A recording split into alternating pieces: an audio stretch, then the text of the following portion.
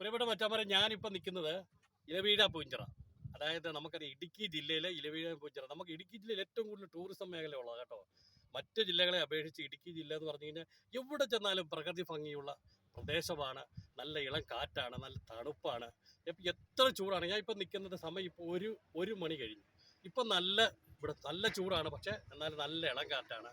ഈ വിനോദസഞ്ചാരികൾ ഇഷ്ടംപോലെ ഇവിടെ വരുന്നുണ്ട്. അപ്പോൾ നമുക്കറിയാം ഏതാണ്ട് നമുക്ക് ഈരാറ്റുപേട്ടയിൽ നിന്ന് വന്നാൽ ഏതാണ്ട് മേലുകാവിൽ നിന്ന് ഏതാണ്ട് 9 കിലോമീറ്റർ കടന്നാൽ ആരോട് ചോദിച്ചാലും അവിടെ ബോർഡുണ്ട്, എല്ലാ സംവിധാനങ്ങളും ഉണ്ട്.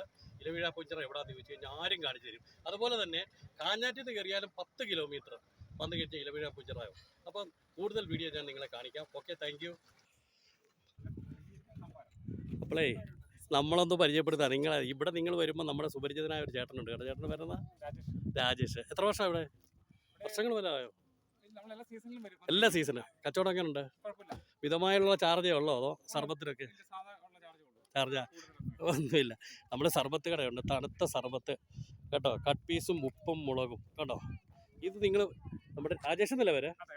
ഒന്നുകൂടെ ഓർത്തോളൂ എല്ലാവരും. രാജേഷ് ചേട്ടൻ, അതായത് നമ്മൾ അവിടുന്ന് ഇങ്ങോട്ട് നടന്ന് കയറി വരുമ്പോൾ ഇടത് സൈഡിലായിട്ട് നമ്മുടെ രാജേഷ് ചേട്ടനുണ്ട്. അപ്പോൾ രാജേഷ് ചേട്ടൻ്റെ അവിടുന്ന് വരുന്നവരെല്ലാം സർബത്ത് കുടിക്കണം കേട്ടോ. തണുത്ത സർബത്തുണ്ട്, ന്യായമായിട്ടുള്ള മിതമായിട്ടുള്ള വിലയുണ്ട് കേട്ടോ. ഈ പ്രദേശം നിങ്ങളെല്ലാം കാണുക കേട്ടോ. നല്ല പ്രദേശമാണ്. ഇപ്പം നല്ല ചൂടുണ്ട് കേട്ടോ. പക്ഷേ വീട്ടിലോട്ട് പോകുമ്പോഴത്തേക്കും നല്ല ചൂടാണ്. അപ്പം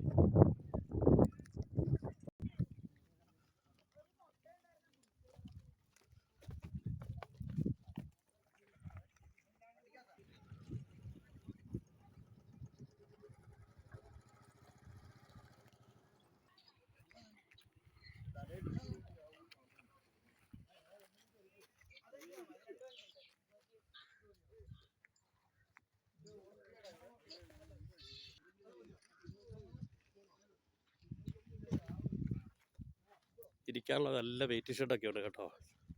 ഇവിടുന്ന് നല്ല തണുപ്പുണ്ട്.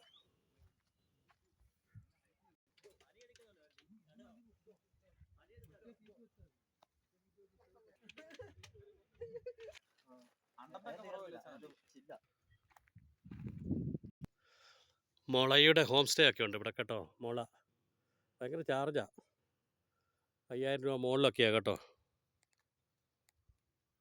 മുള കൊണ്ട് നിർമ്മിച്ച ബാമ്പു. ഈ മേലോട്ട് പോയി കഴിഞ്ഞാൽ വ്യൂ പോയിൻ്റ് ഒക്കെ ഉണ്ട് കേട്ടോ. പക്ഷെ എനിക്കത് കാണിക്കാൻ പറ്റത്തില്ല, കാരണം ഭയങ്കര ചൂടാണ് മുകളിൽ. കാറ്റുണ്ട്, പക്ഷെ പറഞ്ഞിട്ട് കാര്യമില്ല.